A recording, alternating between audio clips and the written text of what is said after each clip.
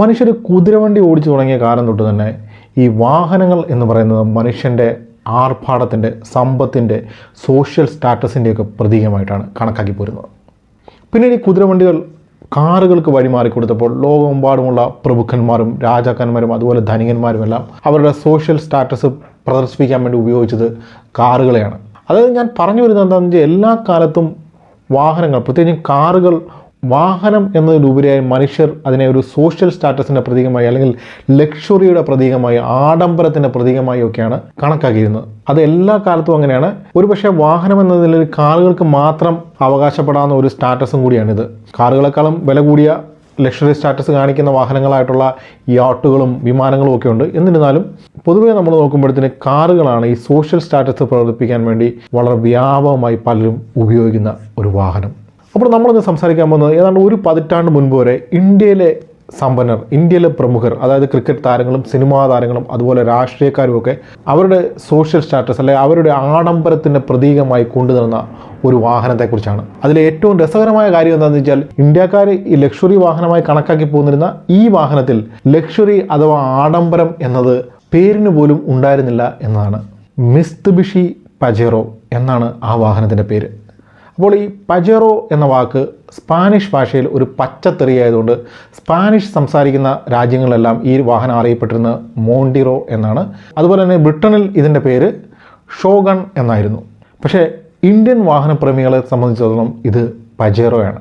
Indian വാഹനപ്രേമികൾ അന്നും ഇന്നും എന്നും അവരുടെ ഹൃദയത്തിൽ എഴുതി സൂക്ഷിച്ച ഒരു പേര് മിത്സുബിഷി പജേറോ.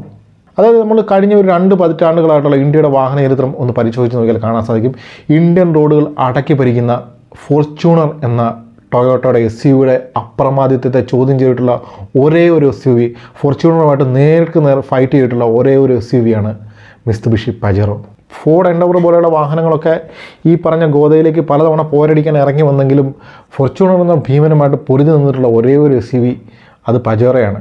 അതുകൊണ്ടാണ് മിത്സുബിഷി എന്ന ബ്രാൻഡ് ഇന്ത്യ വിട്ടുപോയിട്ട് ഏതാണ്ട് ഒരു പതിറ്റാണ്ട് കഴിഞ്ഞിട്ടും ഇന്നും ഇന്ത്യൻ റോഡുകളിൽ ധാരാളം പജേറോകൾ നമുക്ക് കാണാൻ സാധിക്കുന്നത്. അപ്പോൾ നമ്മളിന്ന് സംസാരിക്കാൻ പോകുന്ന ആ വാഹനത്തെക്കുറിച്ചാണ്, ആ പോരാളിയെക്കുറിച്ചാണ്, മിത്സുബിഷി പജേറോ എന്ന ആ ജാപ്പനീസ് യോദ്ധാവിനെക്കുറിച്ച്. അപ്പോൾ നമുക്കറിയാം മിത്സുബിഷി എന്നാൽ മുട്ടുസൂചി മുതൽ വിമാനം വരെ ഉണ്ടാകുന്ന ഒരു ലെജൻഡറി ജാപ്പനീസ് ബ്രാൻഡാണ്. ഈ മിത്സുബിഷിയുടെ പേര് വാനമോളം ഉയർത്തിയ പജേറോ എന്ന വാഹനത്തിൻ്റെ കഥ ആരംഭിക്കുന്നത് മിത്സുബിഷി സൃഷ്ടിച്ച എക്കാലത്തെ മികച്ച വാഹനമായ മിത്സുബിഷി ലാൻസറിൻ്റെ കഥയിൽ നിന്നാണ്. അതായത് ഇന്ന് പല വാഹന നിർമ്മാതാക്കളും ചെയ്യുന്ന പോലെ ഹാച്ച് ബാഗിൻ്റെയും സെഡാൻ്റെയൊക്കെ പ്ലാറ്റ്ഫോമിൽ SUVകൾ ഉണ്ടാക്കി, അതായത് മിഡ് സൈസ് SUVകൾ അല്ലെങ്കിൽ കോമ്പാക്ട് SUVകൾ ഉണ്ടാക്കി നിരത്തിലിറക്കുന്ന പോലെ ലാൻസറിൻ്റെ പ്ലാറ്റ്ഫോമിൽ മിത്സുബിഷി സൃഷ്ടിച്ച ഒരു SUVയാണ് പജേറോ എന്നല്ല ഞാൻ പറഞ്ഞു വരുന്നത്.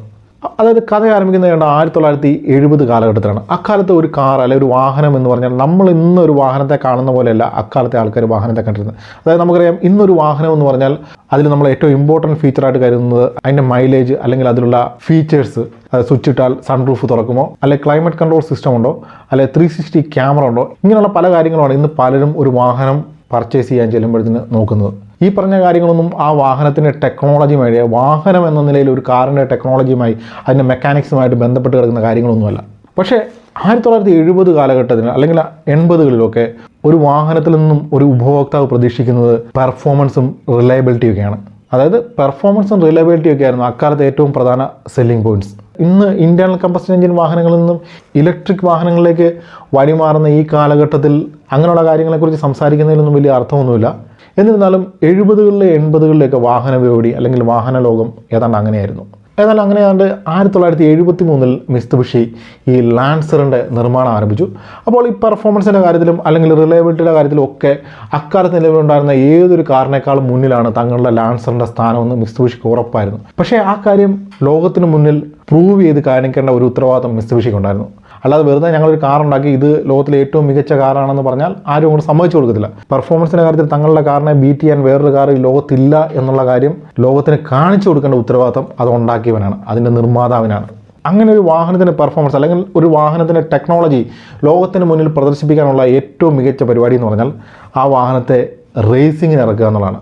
ഏതായാലും മിത്സുബിഷിയും തങ്ങളുടെ ലാൻസറിനെ റേസ് ട്രാക്കിലേക്കല്ല ഇറക്കിയത്, WRC എന്ന് പറയുന്ന ചാമ്പ്യൻഷിപ്പിലേക്കാണ് ഇറക്കുന്നത്. WRC എന്ന് പറഞ്ഞാൽ വേൾഡ് റാലി ചാമ്പ്യൻഷിപ്പ് എന്ന് പറയുന്ന ലോകത്തിലെ എക്കാലത്തെയും ഏറ്റവും ടഫസ്റ്റ് ആയിട്ടുള്ള റേസിംഗ് ഇവൻറ്റിലേക്കാണ് മിത്സുബിഷി 1973 അവരുടെ ഈ ലാൻസർ എന്ന വാഹനവുമായി ചെന്നത്.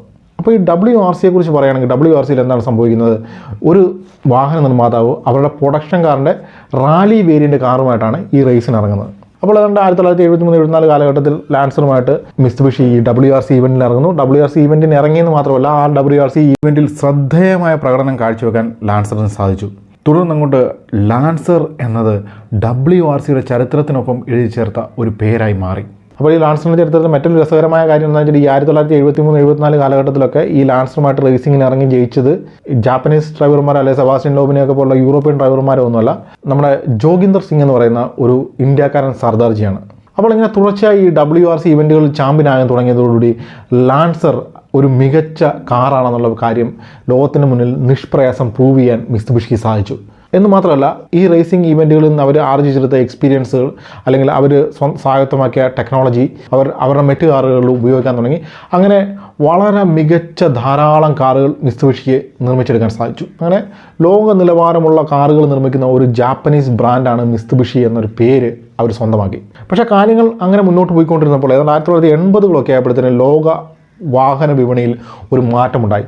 അതായത് നമ്മൾ ഇന്ന് SUV എന്ന് വിളിക്കുന്ന വാഹനങ്ങൾ കടന്നു വരുന്നത്, വാഹന വിപണിയിലേക്ക് കടന്നു വരുന്നത് ഈ ഒരു കാലഘട്ടത്തിലാണ്. അതായത് യഥാർത്ഥത്തിൽ ജീപ്പ് അല്ലെങ്കിൽ ലാൻഡ് റോവർ എന്നൊക്കെ പറയുന്ന കാറുകളാണ് യഥാർത്ഥത്തിൽ ഇങ്ങനൊരു സെഗ്മെൻറ്റ് തുടങ്ങാനുള്ള കാരണം. പിന്നീട് ജപ്പാനിൽ നിന്നും ടയോട്ടയും അതുപോലെ നിസാനും ഒക്കെ കടന്നു വരുന്നു.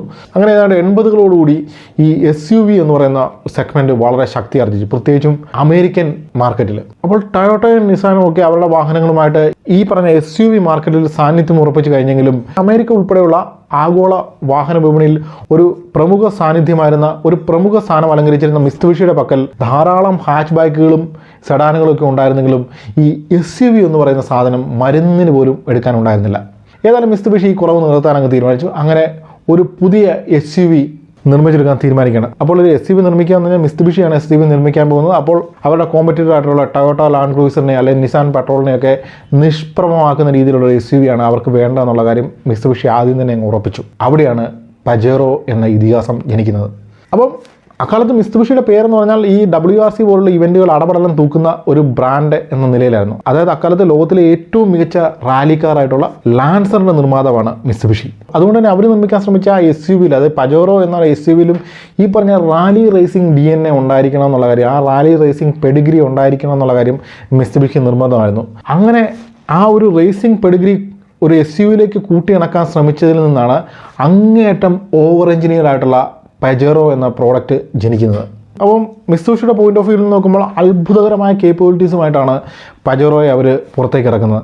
പക്ഷേ ഈ കേപ്പബിലിറ്റീസ് ലോകത്തിന് മുന്നിൽ പ്രദർശിപ്പിക്കാൻ വേണ്ടി ഈ പജേറോയുമായിട്ട് അവർക്കൊരിക്കലും WRC റേസിന് ഇറങ്ങാൻ സാധിക്കത്തില്ലെന്ന്. അതായത് ഒരു SUVയുടെ ഈവൻ്റ് അല്ല WRC. അതുകൊണ്ട് തന്നെ മിത്സുബിഷി ഈ പജേറോ എന്ന വാഹനവുമായി WRCയേക്കാൾ ഏതാണ്ട് 100 മടങ്ങ് ടഫായിട്ടുള്ള ഒരു റേസിംഗ് ഈവൻറ്റിന് ഇറങ്ങാൻ തീരുമാനിച്ചു. ആ ഈവൻ്റാണ് ഡാക്കർ റാലി. അതായത് WRC എന്ന് പറഞ്ഞാൽ ഒരു തരം സ്പ്രിൻറ്റ് റേസാണ്. അതായത് അവിടെ സ്പീഡും ഹൈ സ്പീഡ് സ്റ്റെബിലിറ്റിയും ഒക്കെയാണ് ഇമ്പോർട്ടൻറ്റ്. പക്ഷേ ഡാക്കർ റേസ് എന്ന് പറഞ്ഞാൽ അതൊരു എൻഡ്യൂറൻസ് റേസാണ്. ഇവിടെ വാഹനത്തിൻ്റെ കരുത്തും റിലയബിലിറ്റിയും ഒക്കെയാണ് ടെസ്റ്റ് ചെയ്യപ്പെടുന്നത്. അതായത് സംഭവം പറഞ്ഞു വരുമ്പോഴത്തേന് ഈ ഡാക്കർ റാലി എന്ന് പറഞ്ഞാൽ ഇന്നും ലോകത്തിലെ ഏറ്റവും ടഫസ്റ്റ് ആയിട്ടുള്ള റേസിംഗ് അല്ലെങ്കിൽ റാലി ഈവൻ്റാണ്. പക്ഷേ ഈ 1980കളിൽ പജേറോ പങ്കെടുക്കുന്ന കാലത്ത് ഡാക്കർ റാലി എന്ന് പറഞ്ഞു കഴിഞ്ഞാൽ ഇന്നത്തെ ഡാക്കർ റാലിയേക്കാളും പല മടങ്ങ് ടഫായിരുന്നു. അതായത് ഫ്രാൻസിൻ്റെ ക്യാപിറ്റലായിട്ടുള്ള പാരീസിൽ നിന്ന് തുടങ്ങി സഹാറ മരുഭൂമിയെ കീറി മുറിച്ചുകൊണ്ട് സെനഗലിൻ്റെ ക്യാപിറ്റലായിട്ടുള്ള ഡാക്കറിൽ അവസാനിക്കുന്ന ഒരു റാലി ഈവൻറ്റ്. ഏതാണ്ട് 10,000 കിലോമീറ്റർ ആണ് ഈ റാലി നടക്കുന്നത്. ഈ ടോട്ടൽ ഡിസ്റ്റൻസിൽ റോഡിലൂടെയുള്ള യാത്ര ഇല്ലെന്ന് തന്നെ പറയാം. അത് കംപ്ലീറ്റ് ഓഫ് റോഡിംഗ് ആണ്, അതും ലോകത്തിലെ ഏറ്റവും വലിയ മരുഭൂമിയുടെ നടുവിലൂടെ. അതുകൊണ്ട് തന്നെ ഡാക്കർ റാലിയിൽ വിജയിക്കുന്നതല്ല, ഡാക്കർ റാലി കംപ്ലീറ്റ് ചെയ്യുന്നത് ലോകത്തിലെ ഏറ്റവും കേപ്പബിൾ അല്ല, അങ്ങേയറ്റം ഡ്യൂറബിൾ ആയിട്ടുള്ള അല്ലെ അങ്ങേയറ്റം റിലയബിൾ ആയിട്ടുള്ള വാഹനങ്ങളും അങ്ങേയറ്റം കേപ്പബിൾ ആയിട്ടുള്ള ഡ്രൈവർമാരും മാത്രമാണ്. അതായത് ഈ റാലിയിൽ പങ്കെടുക്കുന്ന വാഹനങ്ങളിൽ പകുതി എണ്ണം പോലും ഈ റാലി പൂർത്തിയാക്കത്തില്ല, ഈ റാലി ഫിനിഷ് ചെയ്യത്തുള്ളൂ എന്നാണ് സത്യം. അതുകൊണ്ട് തന്നെ ഈ ഡാക്കർ റാലി ഒരു വാഹനം വിജയിക്കുകയാണെങ്കിൽ അതിന് എത്രമാത്രം പേരും പെരുമയും ഉണ്ടാകുന്നുള്ള കാര്യം നമ്മൾ എടുത്തു പറയേണ്ട കാര്യമില്ലല്ലോ. ഏതായാലും മിത്സുബിഷി പജേറോ 1983 ഡാക്കർ റാലിക്ക് ഇറങ്ങുന്നു. ആ റാലി വിജയിച്ചു എന്ന് മാത്രമല്ല, പിന്നീട് അങ്ങോട്ട് സംഭവിച്ചത് ചരിത്രമാണ്. അതായത് ഈ ഡാക്കർ റാലിയുടെ ചരിത്രത്തിൽ ഏറ്റവും അധികം റാലി ഈവൻറ്റുകൾ വിജയിച്ചിട്ടുള്ള വാഹനം മിത്സുബിഷി പജേറോയാണ്. അത് ഇന്നും ഒരു ഗിന്നസ് വേൾഡ് റെക്കോർഡാണ് പജേറോ എന്ന വാഹനത്തിൻ്റെ പേരിൽ. അത് 12 തവണയാണ് മിത്സുബിഷി പജേറോ ഈ ഡാക്കർ റാലി ഇവൻറ്റ് വിജയിക്കുന്നത്. അതിൽ 2001 തൊട്ട് 2007 വരെ തുടർച്ചയായിട്ട് മിത്സുബിഷി പജേറോ ചാമ്പ്യനായി എന്നുള്ളതാണ് മറ്റൊരു പ്രധാന വസ്തുത. അപ്പോൾ പറഞ്ഞു പജേറോ എന്ന വാഹനത്തിൻ്റെ, ആ പജേറോ എന്ന SUV-യുടെ കേപ്പബിലിറ്റി എന്താണെന്ന് പറഞ്ഞു വെക്കാൻ ഇതിലും കൂടിയൊരു തെളിവ് വേണമെന്ന് എനിക്ക് തോന്നുന്നില്ല. അതുകൊണ്ട് തന്നെ പജേറോ ചെന്ന് കയറിയ മാർക്കറ്റുകളെല്ലാം പജേറോയ്ക്ക് പുഷ്പം പോലെ കീഴടക്കാൻ സാധിച്ചു എന്നുള്ളതാണ് മറ്റൊരു സത്യം. അതിപ്പോൾ യൂറോപ്യൻ മാർക്കറ്റിൻ്റെ കാര്യം എടുക്കുകയാണെങ്കിൽ, യൂറോപ്യൻ മാർക്കറ്റ് എന്ന് പറഞ്ഞാൽ ലാൻഡ് ക്രൂസറും ലാൻഡ് റോവറും നേരിട്ട് മത്സരിച്ചുകൊണ്ടിരുന്ന ഒരു മാർക്കറ്റാണ്. ഇവിടേക്ക് പജേറോ ചെന്ന് കയറിയതോടെ ലാൻഡ് ക്രൂസറിൻ്റെ മാർക്കറ്റിനെ ഇത് സാരമായി ബാധിച്ചു. അതായത് ലാൻഡ് ക്രൂസറിൻ്റെ പണി പാളിപ്പോയി എന്ന് വേണം പറയാൻ. തന്നെയുമല്ല, ഈ പറഞ്ഞ ലാൻഡ് റോവർ എന്ന് പറഞ്ഞ ബ്രിട്ടീഷ് ബ്രാൻഡ് പജേറോയുടെ വരവോടുകൂടി ഒരു മൂലക്കായി പോയി എന്ന് മാത്രമല്ല, ഈ മത്സരത്തിലേക്ക്, ഈ ഗോതയിലേക്ക് ഇറങ്ങി ഒരു ത്രികോണ മത്സരമൊന്നും കാഴ്ചവെക്കാൻ നിൽക്കാതെ ലാൻഡ് റോവർ കളം വിടുകയാണ് ചെയ്തത്. അതായത് മത്സരത്തിന് തുടക്കത്തിൽ തന്നെ മത്സരിച്ചൊരു മൂലക്കായി പോയ ലാൻഡ് റോവർ ആരോടും ചോദിക്കാതെ കളം വിട്ടു എന്ന് മാത്രമല്ല, പിന്നീട് ഈ മിത്സുബിഷി പജേറോ എന്ന് പറയുന്ന വാഹനത്തെ അടപടലം കോപ്പി അടിച്ചുകൊണ്ട് ലാൻഡ് റോവർ ഡിസ്കവറി എന്ന് പറയുന്നൊരു വാഹനം നിർമ്മിച്ചുകൊണ്ട് ഈ ഓഫ് റോഡിംഗ് രംഗത്തേക്ക് തിരിച്ചു വരികയായിരുന്നു. അതായത് ടെക്നോളജിയുടെ കാര്യത്തിൽ, അതായത് ഓട്ടോമൊബൈൽ ടെക്നോളജിയുടെ കാര്യത്തിൽ 80കളുടെ സ്റ്റാൻഡേർഡ് വെച്ച് പജേറോ എന്ന വാഹനം അക്കാലത്ത് നിലവിലുണ്ടായിരുന്ന ഏതൊരു SUV-യേക്കാളും വളരെ മുന്നിലായിരുന്നു എന്നുള്ളതാണ് വസ്തുത. അതായത് 80കളിൽ ഈ അഡ്ജസ്റ്റബിൾ സസ്പെൻഷൻ എന്നൊക്കെ പറയുന്ന കാര്യം ഒരു SUV-യിലേക്ക് ആദ്യമായി കൊണ്ടുവന്ന മിത്സുബിഷിയാണ്. അത് മിത്സുബിഷി പജേറോയിലാണ് അത് കൊണ്ടുവരുന്നത്. തന്നെ ഒരു ഓഫ് റോഡിംഗ് വാഹനമായിട്ടുള്ള ഈ പജേറോ എന്ന SUV-യിലെ കംഫർട്ട് വർദ്ധിപ്പിക്കാൻ വേണ്ടി സീറ്റുകളിൽ പോലും മിത്സുബിഷി ഷോക്ക് അബ്സോർബറുകൾ പോലുള്ള കാര്യങ്ങൾ കൊടുത്തിരുന്നു. പിന്നെ എഞ്ചിൻ്റെ കാര്യത്തിലേക്ക് വരികയാണെങ്കിൽ, അക്കാലത്ത് ഈ ടർബോ ചാർജ് എഞ്ചിനുകൾ എന്ന് പറഞ്ഞു കഴിഞ്ഞാൽ അക്കാലത്ത് സ്പോർട്സ് കാറുകൾക്ക് മാത്രം ഉണ്ടായിരുന്ന ഒരു ലക്ഷറി ആയിരുന്നു. പക്ഷേ ഈ ടർബോ ചാർജ് എഞ്ചിനുകൾ ഒരു SUV-യിലേക്ക് കൊണ്ടുവന്നത്, അല്ലെങ്കിൽ ടർബോ ചാർജ് എഞ്ചിനുകളുമായിട്ട് വന്ന ആദ്യത്തെ SUV പജേറോയാണെന്ന് നമുക്ക് വേണമെങ്കിൽ പറയാം. പിന്നെ എടുത്തു പറയേണ്ട മറ്റൊരു കാര്യം എന്ന് പറഞ്ഞാൽ, ഈ പജേറോ ഡെവലപ്പ് ചെയ്യാൻ വേണ്ടി മിത്സുബിഷി അടിസ്ഥാനമാക്കിയത് ഈ ലാൻസറിൻ്റെ എഞ്ചിനീയറിംഗ് തന്നെയാണ്. അത് ലാൻസറിൻ്റെ ഷാസിയും കാര്യങ്ങളൊന്നും എടുത്ത് ഉണ്ടാക്കിയെന്നല്ല ഞാൻ ഉദ്ദേശിച്ചത്. ലാൻസറിൻ്റെ ആ എഞ്ചിനീയറിംഗിനെ അടിസ്ഥാനമാക്കിയാണ് ഈ പജേറോയിലെ പല ഘടകങ്ങളും നിർമ്മിച്ചിരിക്കുന്നത്. അതുകൊണ്ട് തന്നെ ഈ ഒരു SUV എന്ന നിലയിൽ നോക്കുമ്പോഴത്തേന് ഈ പജേറോയ്ക്ക് ഹൈ സ്പീഡ് സ്റ്റെബിലിറ്റി വളരെ കൂടുതലായിരുന്നു. അത് ഹൈ സ്പീഡ് സ്റ്റെബിലിറ്റി എന്ന് പറഞ്ഞാൽ ഓൺ റോഡ് സ്റ്റെബിലിറ്റിയും ഓഫ് റോഡ് സ്റ്റെബിലിറ്റിയും മറ്റേതൊരു SUV-യേക്കാളും മികച്ചതായിരുന്നു 80കളിൽ മിത്സുബിഷി അവതരിപ്പിച്ച പജേറോ. തുടർന്ന് അങ്ങോട്ട് പതിറ്റാണ്ടുകളോളം ഈ പജേറോ എന്ന വാഹനം ലോകമെമ്പാടുമുള്ള ഡ്രൈവിംഗ് ഇന്തൂസിയാസ്റ്റുകളുടെ പ്രിയപ്പെട്ട SUV-ആയി തുടർന്നു. അതായത് ഓഫ് റോഡ് ഇന്തൂസിയാസ്റ്റുകളിലല്ല, ഡ്രൈവിംഗ് ഇന്തൂസിയാസ്റ്റുകളുടെ പ്രിയപ്പെട്ട SUV എന്നാണ് ഞാൻ പറഞ്ഞത്. ഇതിനിടയിൽ പജേറോയുടെ പല ജനറേഷനുകളും വരുന്നുണ്ട്. ഇനി നമുക്ക് ഇന്ത്യയിലേക്ക് വരികയാണെങ്കിൽ, ഇന്ത്യൻ വാഹന വിപണിയിൽ ഒരു വാഹന നിർമ്മാതാവ് ഒഫീഷ്യലി ലോഞ്ച് ചെയ്ത ആദ്യത്തെ ട്രൂ SUV ആണ് മിത്സുബിഷി പജേറോ. അതായത് അതിനു മുമ്പും ഇന്ത്യയിൽ SUV-കളൊക്കെ ഉണ്ടായിരുന്നു. പക്ഷേ ഒരു വാഹന നിർമ്മാതാവ് ഡയറക്റ്റായിട്ടൊരു ഇന്ത്യൻ വാഹന വിപണിയിലേക്ക് ലോഞ്ച് ചെയ്ത ആദ്യത്തെ SUV ആണ് മിത്സുബിഷി പജേറോ. അപ്പോൾ ഇന്ത്യയിലേക്ക് വന്നത് സെക്കൻഡ് ജനറേഷൻ പജേറോ ആണ്. അതായത് 2.8 ലിറ്റർ ടർബോ ചാർജ് ഡീസൽ എഞ്ചിനുമായിട്ട് വന്ന മിത്സുബിഷി പജേറോ. ഇപ്പോൾ ലോകമെമ്പാടും ഒരു ടഫ് ഓഫ് റോഡർ എന്നുള്ള, അല്ലെങ്കിൽ ഒരു ടഫ് SUV എന്നുള്ള ഇമേജ് ആയിരുന്നു പജേറോയ്ക്ക് ഉണ്ടായിരുന്നതെങ്കിലും ഇന്ത്യയിലേക്ക് വന്നപ്പോൾ പജേറോ ഒരു ലക്ഷറി വാഹനമായി മാറി. അതുകൊണ്ട് തന്നെ ക്രിക്കറ്റ് താരങ്ങളും സിനിമാ താരങ്ങളും രാഷ്ട്രീയക്കാരും അല്ലെങ്കിൽ അതുപോലെ ധനാഠ്യന്മാരായിട്ടുള്ള ആൾക്കാരായിരുന്നു ഈ പജേറോയുടെ ആദ്യ ഉപഭോക്താക്കൾ എല്ലാവരും തന്നെ. അതായത് ഇന്ത്യയിൽ അത്ര ഒരു സ്റ്റാൻഡേർഡിലുള്ള വാഹനം അക്കാലത്ത് ഉണ്ടായിരുന്നില്ല എന്നുള്ളതാണ് സത്യം. അതായത് പറഞ്ഞു വരുമ്പോൾ പജേറോ എന്നതൊരു ടഫ് SUV ആണ്. ലോക നിലവാരത്തിലുള്ള ലക്ഷറി ഫീച്ചേഴ്സ് ഒന്നും തന്നെ ഈ SUV-യിലില്ല. എങ്കിലും അക്കാലത്തെ ഇന്ത്യൻ വാഹന വിപണിയുടെ സ്റ്റാൻഡേർഡ് അനുസരിച്ച് ഇന്ത്യയിലെ ഏത് കാറിനേക്കാളും മുന്നിൽ നിൽക്കുന്ന ലക്ഷറി ഫീച്ചേഴ്സായിരുന്നു പജേറോയിൽ ഉണ്ടായിരുന്നത്. അങ്ങനെയുണ്ട് 2012 വരെ ഈ സെക്കൻഡ് ജനറേഷൻ പജേറോ മിത്സുബിഷി ഇന്ത്യയിൽ വിറ്റു. 2012 ആയപ്പം 4th ജനറേഷൻ പജേറോ മോണ്ടിറോ എന്ന പേരിൽ ഒരു ഹൈ എൻഡ് ലക്ഷറി SUV ആയിട്ട് ഈ പജേറോയ്ക്കൊപ്പം ഇന്ത്യയിൽ മിത്സുബിഷി വിൽക്കാൻ ആരംഭിച്ചു. അക്കാലഘട്ടത്തിൽ തന്നെയാണ് മിത്സുബിഷി പജേറോ സ്പോർട്സ് എന്ന് പറയുന്ന ഒരു വേരിയൻറ്റ് വരുന്നു. ഈ സ്പോർട്സിൻ്റെ വരവോടുകൂടി പജേറോ എന്ന ബ്രാൻഡ് മാത്രമല്ല, മിത്സുബിഷി എന്ന വാഹന നിർമ്മാതാവ് തന്നെ ഇന്ത്യൻ വാഹന വിപണിയിൽ നിന്ന് അപ്രത്യക്ഷമായി എന്ന് വേണം പറയാൻ. അപ്പോൾ ഈ മിത്സുബിഷി ഇന്ത്യൻ വാഹന വിപണിയിൽ നിന്ന് പുറത്തു പോകാനുള്ള പ്രധാന കാരണം ഈ പജേറോ സ്പോർട്സ് എന്ന വാഹനത്തിൻ്റെ വരവാണെന്നാണ് ഞാനൊരു കാലഘട്ടം വരെ കരുതി പോന്നിരുന്നത്. അതായത് ഈ മിത്സുബിഷി പജേറോ എന്ന് പറയുന്ന ആ വാഹനം, ഈ സെക്കൻഡ് ജനറേഷൻ പജേറോ ചൂടപ്പം പോലെ വിറ്റുകൊണ്ടിരിക്കുന്ന ഒരു വാഹനമാണ്. ഇന്നും നമുക്കറിയാം ധാരാളം ആരാധകരുള്ള ഒരു വാഹനമാണ് മിത്സുബിഷി പജേറോ. അങ്ങനെ അങ്ങേയറ്റം പോപ്പുലർ ആയിരുന്ന ഒരു വാഹനത്തിൻ്റെ നിർമ്മാണം നിർത്തിവെച്ചുകൊണ്ട്, അല്ലെങ്കിൽ വിൽപ്പന നിർത്തിവെച്ചുകൊണ്ട് ഒട്ടും അപ്പീരിങ് അല്ലാത്ത ഈ പജേറോ സ്പോർട്സ് എന്ന വാഹനവുമായി വന്ന് സ്വന്തം കൂടി മിത്സുബിഷി തോണ്ടിയെന്നാണ് ഞാൻ ഒരു കാലം വരെ കരുതി പോന്നിരുന്നത്. പക്ഷേ അതിനെക്കുറിച്ച് കൂടുതൽ പഠിച്ചപ്പോൾ നമുക്ക് മനസ്സിലായി ഈ സംഭവം അങ്ങനെയൊന്നുമല്ല. ഈ മിത്സുബിഷി എന്ന് പറയുന്ന ബ്രാൻഡിന് ലോകവ്യാപകമായി നേരിടേണ്ടി വന്ന പല പ്രതിസന്ധികൾ മൂലമാണ് ഇന്ത്യൻ വിപണിയിൽ നിന്ന് മിത്സുബിഷി പുറത്തു പോകാൻ കാരണമായെന്ന്. അത് 2012 കാലഘട്ടം എന്നൊക്കെ പറഞ്ഞാൽ നമുക്കറിയാം ഇന്ത്യൻ വാഹന വിപണി എന്ന് പറഞ്ഞാൽ വളരെ ഉണർന്നു വരുന്നൊരു കാലഘട്ടമായിരുന്നു. അതായത് ഈ ഹൂണ്ടായി പോലുള്ള ബ്രാൻഡുകൾ കൊണ്ട് വന്നിട്ട് ഈ വാഹന വിപണി അങ്ങേയറ്റം അടപടലം കീഴടക്കുന്ന ഒരു കാലഘട്ടം. അപ്പോൾ ഈ ഒരു കാലഘട്ടത്തിൽ ഈ മത്സരത്തിൽ കോമ്പീറ്റ് ചെയ്യാൻ പറ്റിയ കാറുകളൊന്നും മിത്സുബിഷിയുടെ പക്കലുണ്ടായിരുന്നില്ല.